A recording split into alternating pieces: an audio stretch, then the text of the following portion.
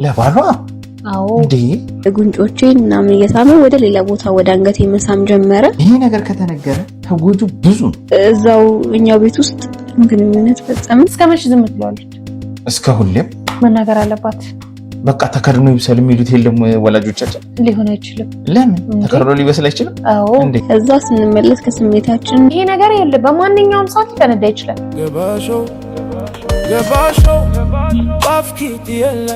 ሰላም እንዴት ናችሁ ተመልካቾቻችን? በአፍኪ ቲቪ ላይ ገባሾ ጀምሯል። አብራችሁን ሆኖ እናመሰግናለን። እንዴት ነህ ባያ? አለው ገኒ ሰላም ነው? ጥሩ በድጋሚ እንዴት ናችሁ ተመልካቾቻችን? ሼር፣ ላይክ፣ ሰብስክራይብ ይደረግ ቪዲዮ። ዛሬ ደግሞ አዲስ ታሪክ ይዘንላችሁ መተናል። የሚገርም ጉድ ይዘን መተናል። ዛሬው አነጋጋሪ ነው። አዎ ተመልካቾቻችን እናት የላከችልን ቪዲዮውን እነ ሄኒ እና ታሜ በኤአይ ጥሩ አድርገው አዘጋጃጅተውታል። ቆንጆ ቪዲዮ ሰርተውለታል። እናመሰግናለን። አዎ ታሪኩን እኔና ስንመለስ እንከራከርበታለን። አይሻል? የትም እንዳትሄዱ። እንዴት መሰለ ከመጀመሪያ ጓደኛዬ ጋር ከተለያየ በኋላ ያው ብዙ ሌላ ግንኙነት ውስጥ አልነበርኩም። ከዚህ በኋላ የሆነ ልጅ ተዋወቁ። ልጁ በጣም ደስ የሚል ልጅ ነው፣ ይንከባከበኛል፣ በጣም ጥሩ ልጅ ነው። በተለይ ለኔ በጣም የምፈልገው አይነት ሆነልኝ። እዚህ ጋር ማለት የምፈልገው ምንድነው እንደምፈልገው ሆነልኝ ስልክ ታዛዥነቱ፣ አዛኝነቱ የበዛ ነው። የምፈልገውን ነገር ያደርግልኛል እኔ ገና ሳልለው እና በጣም የተረዳኝ አይነት ወንድ ነው እንጂ ያው ልክ መጀመሪያ ከሱ በፊት እንደነበረው ጓደኛዬ የሚያስጨንቅ ፍቅር ይዞኛል ለማለት ይከብደኛል። በዚህ ሂደት እንደቀጠልን ግንኙነታችን እንደቀጠለ ለመጋባት ምናምን አሰብን ጀመርን። ያን ሁሉ ስናደርግ ያው እኔ በጣም መልካምነቱ ነው ጎልቶ የሚታየኝ ከፍቅሩ የበለጠ ማለት ነው። ከዛ ይሄ ነገር እየቀጠለ ሄደ እና ለመጋባት ማሰብ ጀመርን። ቤተሰቦቹን ተዋወቅኳቸው። ቤተሰቦቹ በጣም ጥሩ ናቸውና ጥሩ ኑሮም አላቸው እንደዛ ነገርና ከነሱ ጋርም ከተዋወቅኩ በኋላ ለመጋባት ዱብ ማለት ጀመርን እና የኔን ቤተሰቦች የሱን ቤተሰቦች አሪፍ ዝግጅት አዘጋጅተው በአሪፉ ተጋባን ማለት ነው። እና በጊዜው ያው የሱም የኔን ቤተሰቦች በጣም ደስተኛ ነበሩ በእኛ ትዳር። ነገሩ ቀጠለ። ያው ከተጋባን በኋላ ጓደኞቼ ምን ይሉኛል መሰለክ፣ ያው እውነት አንቺ አሁን ፈልገሽ ነው በዚህ ሰዓት ያገባሽው ምናምን ይሉኛል። እኔም ያው በትዳሬ ደስተኛ ስለነበርኩ ዝም ብላቸው ነበርና እሱ ቤተሰብ ውስጥ ወንድሞች እህቶች አሉት። ከዚህ በተጨማሪ አንድ ልጅ ከነሱ ከእናትና ከአባታቸው ጋር የማይወለድ ልጅ ነበረ እና ያው እሱንም እንደ ልጃቸው አድርገው ነው ያሳደጉት። እና እሱም ይግባባኛል፣ ከባለቤቴ ጋርም እንደዛው ቤታችን ይመጣል ያው ከተጋባን በኋላ ማለት ነው። አንዳንድ ጊዜም ያው ብዙ አይነት ጨዋታዎችን እንጫወታለን፣ ካርታ ምናምን፣ እኔ ባለቤቴና እሱ ልጁ ማለት ነው። እንደዛ ያለ ያው ህይወት ይቀጥላል ማለት ነው። እና ከተጋባን በኋላ ለ5-6 ወር አካባቢ ባለቤቴ ለስራ የሆነ ቦታ ይሄዳል። ለ2-3 ወር አካባቢ የሚቆይበት ስራ ነበርና እዛ ይሄዳል። እስከዚያን ድረስ ግን ያው እርግዝና አልተፈጠረም ነበርና ያው ፈጣሪ ሲፈቅድ ነው ይሄ ነገር የሚሆነው ብለን እናስብ ነበር እና ባለቤቴ ማለት ነው።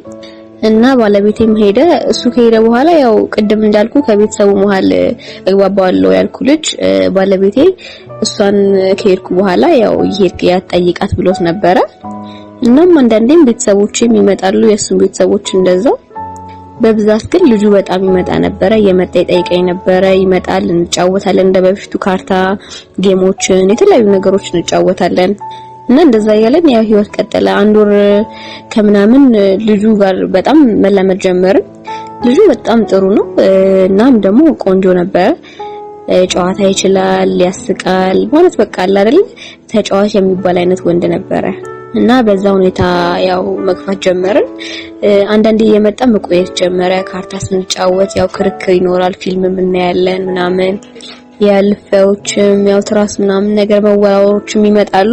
አንድ ቀን የተጫወትን የተለመደውን ካርታ የሆነ ሰዓት ላይ መጫወት የሆነ አለ አይደል ሼም ምናምን ነገር ያዘው። እኔ ደግሞ ምንድነው ምናምን ብዬ በቃ እኔ ማልጫወትም ብዬ ስነሳ እጄን ያዘኝ እና እጄን ይዞ ወደ ሶፋው ጎተተኝ ማለት ነው። እና ቁጭ አድርጎኝ ግንባሬን ምናምን ጉንጮቼን ምናምን እየሳመ ወደ ሌላ ቦታ ወደ አንገቴ መሳም ጀመረ።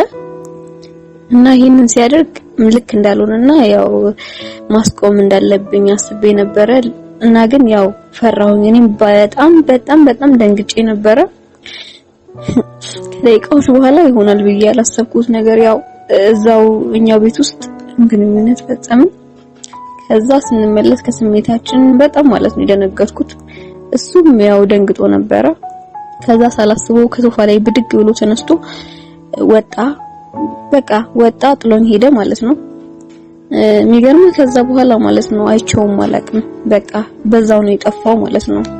እና ይመጣል ብዬ እየጠበቅኩትም ነበረ እና ስሰማ ለካስ ከቤተሰቦቹ ስሰማ ወደ ገጠር አካባቢ ስራ ወደ ክፍለ ሀገር አስቀይሮ እዛ መስራት ጀምሯል። ከሄደ 2 ሳምንት ሆኖ ምናምን ነገር አሉ እና ከሁለት ወር በኋላ ባለቤቴ ተመልሶ መጣ። የሚገርም ነገር ምንድነው ኦሬዲ ያው የኔ የወር አበባ ቀርቶ ነበርና እና በጣም አስደንጋጭ ሁኔታ ውስጥ ነበርኩ ማለት ለማንም መናገር ማችልበት ነገር ውስጥ ገባሁኝ። እና ያው ለባለቤቴም ይሄን ነገር መናገር እንደማልችል ገባኝ። ዝም አልኩኝ እና ከዛም ሆስፒታል ሄጄ መመርመር እንዳለብኝ አሰብኩኝ። ሄድኩኝና ተመረመርኩኝ። ያው ጽንስ እንደያዝኩኝ ተነገረኝ። ያው በጊዜው ልጁንም ለማማከር ፈልጌ ነበር እንዳላማከረው ልጁም የለም ካጠገቤ። በቃ ማሰብ በጣም ነበር የከበደኝና ያው ማድረግ ያለብኝ ብዬ አሰብኩኝ። ለባለቤቴ ያው እርጉዝ እንደሆንኩኝ መናገር ነበረብኝ እና ነገርኩት። ያው ባለቤቴ በጣም ደስተኛ ነበረ በነበረው ነገር። ያው ህይወት ይቀጥላል። ልጅቷም ተወለደች። አሁን ያው ልጅቷ 3-4 አመቷም እየደረሰ መጣ። በዛን ሰዓት በጣም ጭንቀት ውስጥ ገባው ማለት ልጅየው በጣም ማለት አባትየውን ብዙም ባትመስል እኔ ነው የምትመስለውና ባለቤቴ ምንም ለመጠርጠር አልቻለም። ግን ውስጥ የህሊናዬ ሊያርፍ አልቻለም። ምን ማድረግ አለብኝ?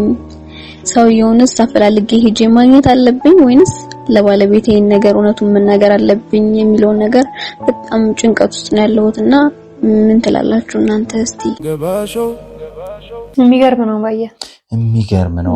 አዎ በጣም አስገራሚ ታሪክ ነው። ምን ትያለሽ አንቺ? መናገር አለባት ወይስ ይቅርባ? መናገር አለባት ለባሏ።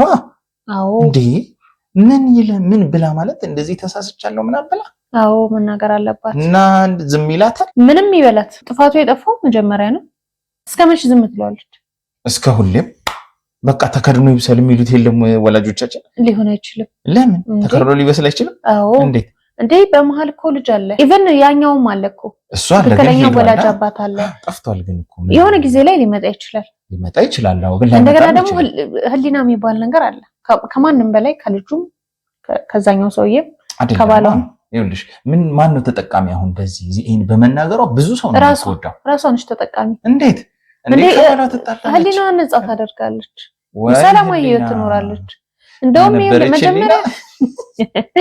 መጀመሪያ ጥፋት እንደዚህ መሆን አልነበረበትም። መጀመሪያ ምንም ጥያቄ የለውም። ከልጁም ጋር ያላት ግንኙነት መገደብ ነበረበት። እውነት ነው።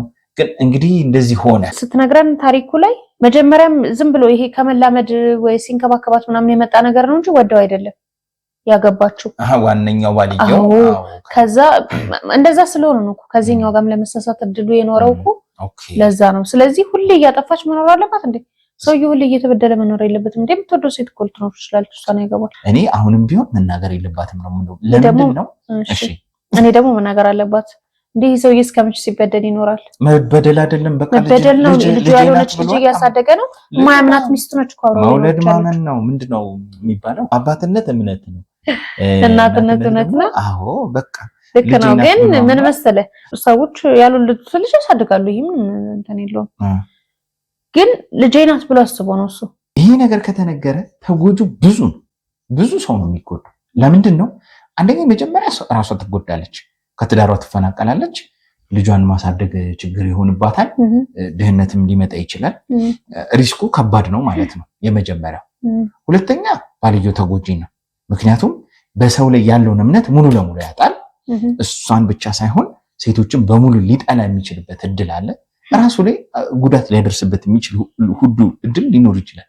ራሱን መኪና ውስጥ ሊከት ይችላል፣ ወይ ሲያስብ የሆነ ችግር ወይ ስኳር፣ ደም ብዛት ምናምን ካለበት ዥው ሊል ይችላል። በጣም ከባድ ነገር ነው እኮ ይሄ ነገር። በቀላሉ እንደዚህ የሚነገር ነገር አይደለም። ሁለት በይ። ሶስተኛ ተጎጂ ማን ነው? ህፃኗ ናት።